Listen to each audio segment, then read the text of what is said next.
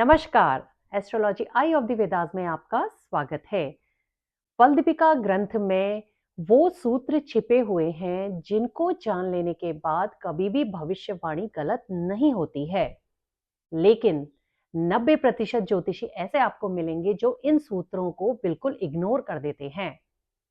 आप चाहे नए ज्योतिषी हैं, चाहे आप अनुभवी ज्योतिषी हैं, फल दीपिका के जो ये सूत्र हैं ये आपकी भविष्यवाणी को एक नेक्स्ट लेवल पर ले जाते हैं। तो आज के इस वीडियो में मैं आपको फल दीपिका के वही महत्वपूर्ण सूत्र बताने जा रही हूँ जिससे आप किसी भी ग्रह के जो फल हैं उसको तुरंत पकड़ लेंगे। इससे पहले फल दीपिका के जो अन्य सूत्र हैं उन पे मेरे 3 वीडियो ऑलरेडी आ चुके हैं। पार्ट 1, 2, 3 करके वो हैं और उनका लिंक मैंने डिस्क्रिप्शन बॉक्स में दिया है। आप उन वीडियो को भी जरूर देखिए और वहां से भी आपको काफी सूत्र पता लगेंगे। तो चलिए हम अपने वीडियो को शुरू करते हैं।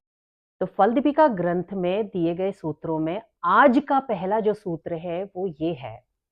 आपकी जन्म पत्रिका जो होती है उसमें आपका जो प्रथम भाव होता है उसका स्वामी लग्नेश कहलाता है।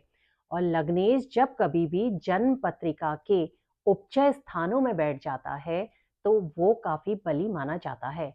अब यहाँ पे आपका क्वेश्चन होगा उपचय स्थान क्या होते हैं। तो जन्म कुंडली का तीसरा, छठा, 10वां और 11वां भाव उपचय स्थान कहलाता है। अभी हम बोर्ड पे चलते हैं और वहां पे मैं एक आपको बहुत अच्छे तरीके से समझाती हूँ। जन्म पत्रिका लग्नेश अगर उपचय स्थानों में होता है तो लग्न काफी बली होता है। यहाँ पर मैंने जो ली है ये काल पुरुष की जन्म पत्री ली है। तो पहले भाव में 1 नंबर है। आपकी जन्म पत्री में पहले भाव में कोई भी नंबर हो सकता है, 2, 3, 4, 5। आपने उसके स्वामी को देखना है। तो यहाँ पे जैसे 1 नंबर है और 1 नंबर का स्वामी ग्रह बनता है मंगल।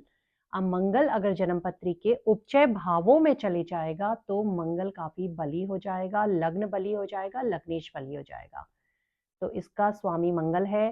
पहला उपचय भाव है तीसरा भाव। मंगल अगर यहाँ पर स्थित होता है जन्म पत्री में, मैं मंगल इससे बोल रही हूँ क्योंकि वो लग्नेश है। आपकी जन्म पत्री में कोई भी ग्रह हो सकता है इस भाव का स्वामी। तो अगर वो प्रथम भाव का स्वामी तीसरे में है या छठे में है, यहाँ पर है लग्न का स्वामी, या 10वें भाव में है लग्न का स्वामी, या 11वें भाव में है लग्न का स्वामी, तो वो काफी बली माना जाएगा। अब यहाँ पे हो सकता है आपकी कुंभ राशि हो, एक्वेरियस साइन हो, तो शनि बन जाएगा आपका लग्नेश। तो शनि अगर यहाँ पे आप देख रहे हैं कि तीसरे, छठे, 10वें या 11वें भाव में जा रहा है तो वो काफी बली माना जाएगा।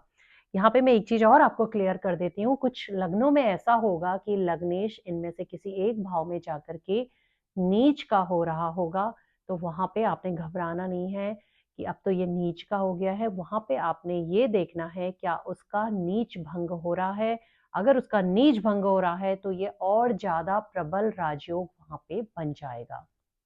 अब यहीं पे फल दीपिका एक बहुत ही बढ़िया सूत्र और बताती है जो कि हमारे त्रिशांशा चार्ट पे आधारित है। त्रिशांशा चार्ट जो होता है D30 चार्ट होता है जो कि अरिष्ट के लिए, दुर्भाग्य के लिए, जीवन में जो आपको सुख मिलते हैं, दुख मिलते हैं, उसके लिए देखा जाता है। काफी महत्वपूर्ण चार्ट ये होता है।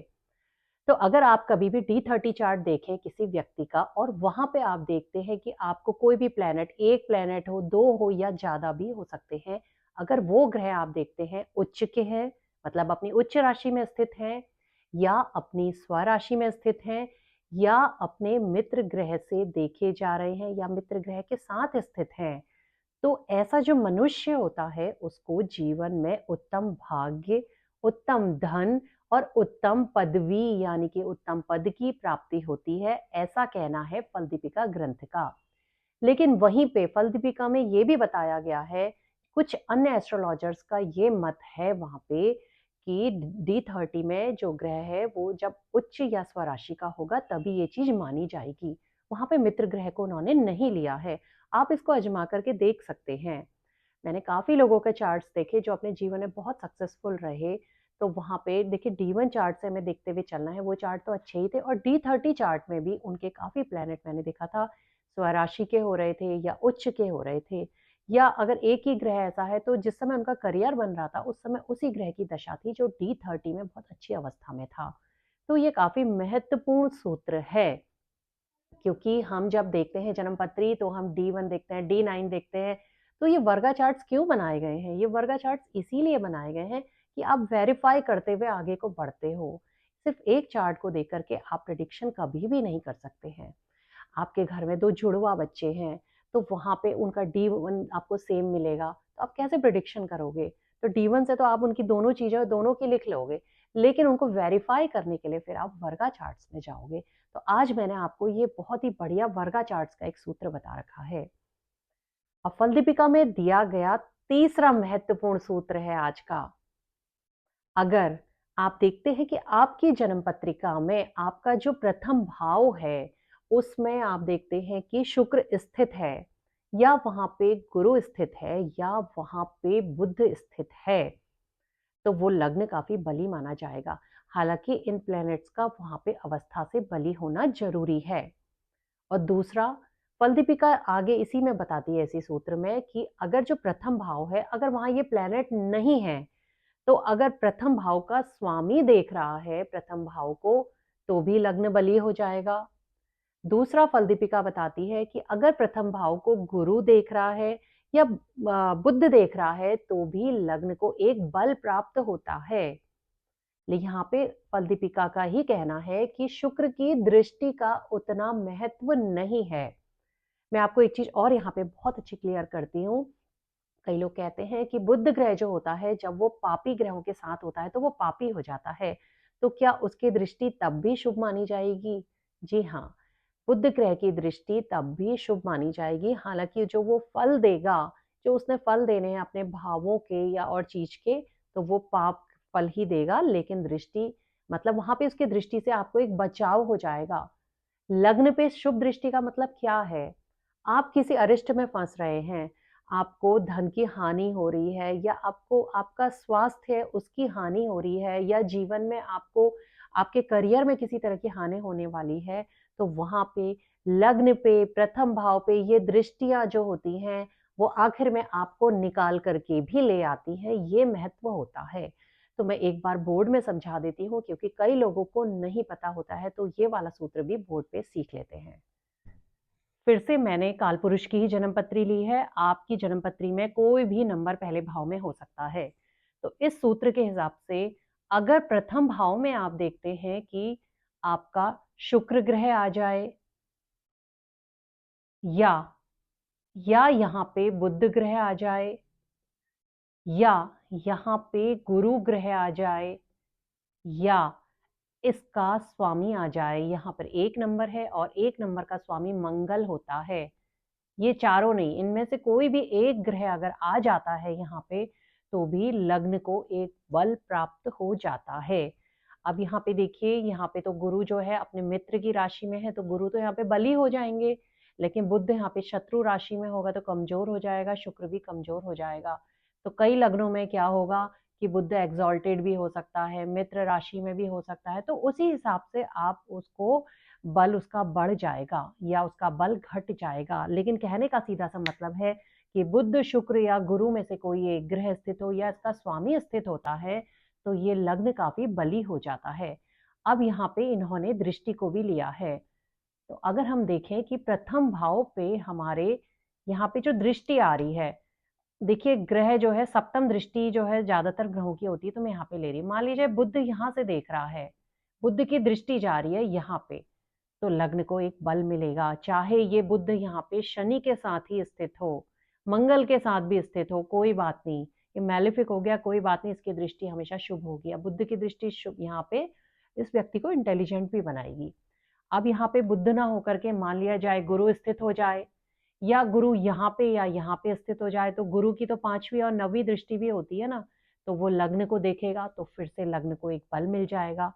या लग्न का स्वामी देख रहा है, मान लीजिए मंगल बैठा है यहाँ पे, तो मंगल यहाँ से 1 2 3 4 अपनी चौथी दृष्टि से लग्न को देख करके एक बहुत बल प्राप्त करवाएगा। अब यहाँ पे इनका ये कहना है कि अगर शुक्र देख रहा है, अगर यहाँ पे गुरु नहीं है, मान लीजिए यहाँ पे शुक्र देख रहा है, तो शुक्र का देखना ठीक है और चीजें दे देगा, शुक्र के कारकत्व आ जाएंगे, लेकिन उतना बल शुक्र की दृष्टि का नहीं माना गया है। फल दीपिका का अगला सूत्र है जो अगले 2 सूत्र अब और बताने बाकी बचे हैं, वो दोनों जो है एक तरीके से बहुत बड़े राजयोग हैं, जो कि फल दीपिका में दिए गए हैं और वो सिर्फ़ एक ग्रह से बनते हैं।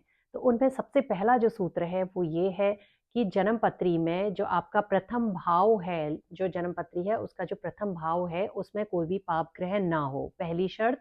उसके साथ ही जन्मपत्री का जो चंद्रमा है, वो श्रेष्ठ अंश में हो। श्रेष्ठ अंश में चंद्रमा कब होगा? जब चंद्रमा जन्मपत्री में या तो स्वराशि का हो या नवांशा कुंडली में स्वनवांशा में हो या दृष्काण कुंडली में स्वदृष्काण में हो, तो वो श्रेष्ठ अंश में माना जाएगा।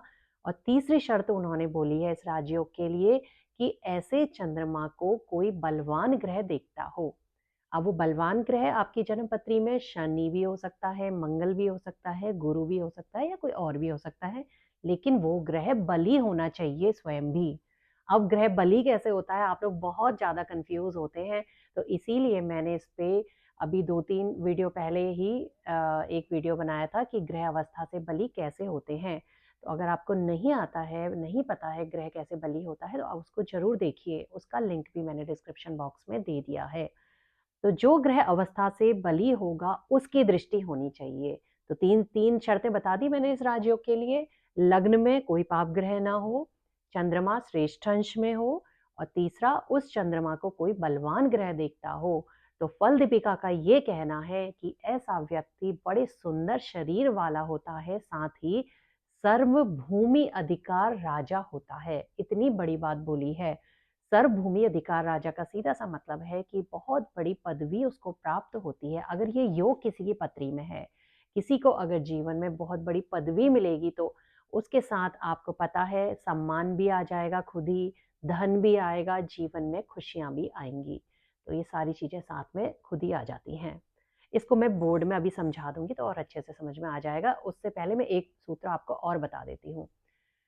फल दीपिका ही कहती है कि अगर जन्मपत्री का जो लग्नेश है, यानी कि प्रथम भाव का जो स्वामी है, वो अगर केंद्रों में स्थित है, यानी कि पहले, चौथे, सातवें या 10वें भाव में स्थित है, साथ ही वो लग्नेश अगर बली है, तो ये अपने आप में बहुत बड़ा राजयोग है। ऐसे लग्नेश की दशा व्यक्ति को जीवन में बहुत सक्सेस देती है, ग्रोथ देती है। तो यहाँ पे भी उन्होंने शर्त यही रखी है कि वो ग्रह बली होना चाहिए लग्नेश। तो अवस्था से बली होना आपको अवश्य आना चाहिए। आप उस वीडियो को जरूर देखिए। तो ये भी मैं आपको बोर्ड में समझा देती हूँ। लग्न लॉर्ड, प्रथम भाव का स्वामी अगर 1, 4, 7, 10 केंद्र भावों में स्थित होता है, तो वो काफी बली योग होता है। ऐसा योग एक बहुत अच्छा राजयोग होता है। तो मान लिया जाए आपका जो है, देखिए मैंने यहाँ पे कालपुरुष लिया है, तो 1 नंबर है, इसका स्वामी बनता है मंगल। अगर मंगल यहाँ पे स्थित है, तो ये बहुत बढ़िया राजयोग है। मंगल अगर यहाँ पे स्थित है, तो भी राजयोग तो है, लेकिन कम दर्जे का है। लेकिन अगर ये, क्योंकि देखिए मंगल 4 नंबर में आ रहा है, तो नीच का हो गया है ना। लेकिन अगर इस मंगल का नीच भंग हो जा रहा है, तो ये और ज्यादा प्रबल राजयोग बन जा रहा है। मंगल अगर यहाँ पे आ गया, तो भी एक राजयोग बन जाएगा, लेकिन ये राजयोग थोड़ा कम होगा, क्योंकि यहाँ पे 7 नंबर में है मंगल। मंगल अपनी शत्रु राशि में है। अगर मंगल यहाँ पे स्थित होगा, तो भी ये बहुत बड़ा राजयोग बन जाएगा, क्योंकि मंगल एग्जॉल्टेड भी हो रहा है। तो मैं यहाँ पे मंगल मंगल बोल रही हूँ, तो ये मंगल नहीं, ये लग्नेश के लिए है, क्योंकि यहाँ पे 1 नंबर है, इसका स्वामी जो है वो मंगल बनता है। अगर मान लिया जाए यहाँ पे कोई भी नंबर हो, यहाँ पे अगर आपका मान लिया जाए 7 नंबर है, तो शुक्र हो गया इसका स्वामी, 7 नंबर है पहले भाव में। तो अगर शुक्र यहाँ पे स्थित हो, शुक्र यहाँ पे स्थित हो, शुक्र यहाँ पे या यहाँ पे स्थित हो, तो ये भी एक अकेला बड़ा प्रबल राजयोग बन जाता है। कहने का मतलब है कि लग्नेश अगर इन चारों स्थानों में से कहीं पे स्थित है और बली अवस्था में है, ये पॉइंट हमें इग्नोर नहीं करना है, बली होना चाहिए, तो वहां पे एक अकेला प्रबल राजयोग का निर्माण हो जाता है। तो आज के इस वीडियो में हमने काफी बढ़िया बढ़िया सूत्र जाने, जिनके द्वारा आप अपने प्रेडिक्शन को और ज्यादा रिफाइन कर सकते हैं। आप कोई भी कमेंट नहीं करते हैं, आप कम से कम इतना तो बता दीजिए कि वीडियो आपको कैसा लगा, सूत्रों से आपको कितनी हेल्प मिली। इससे मुझे थोड़ी सी नॉलेज हो जाती है कि मैं जो आपको बता रही हूँ वो आपके कितने काम आ रहा है। तो आज अगले वीडियो में हम और किसी अच्छे टॉपिक के साथ मिलेंगे। आज के लिए बस इतना ही। धन्यवाद।